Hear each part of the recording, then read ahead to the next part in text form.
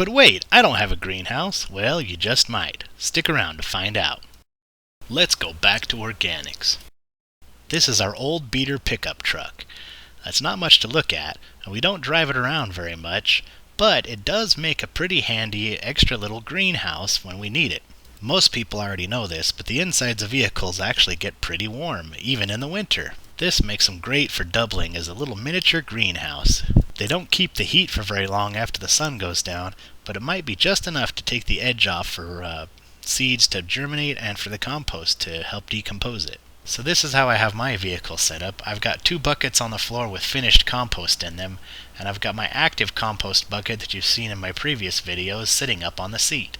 I've got the active compost bucket up on the seat because it allows more sun to hit the outside of the container, which allows the contents to actually heat up more, which helps the compost to stay warm and to be able to break down. The orange bucket on the floor is finished compost that has been curing for probably about 2 months now. The white bucket is finished compost from my compost sifting video, and it's only about a week old. I'm keeping both of these buckets of finished compost in the truck because I don't want them to be exposed to any rainwater or anything like that, because I plan to use them for compost tea in the future, and I don't want any of the water-soluble minerals or nutrients to be able to be leached out by rainwater. Also, in my experience, any smell that the compost does generate does not linger inside the vehicle for an extended period of time.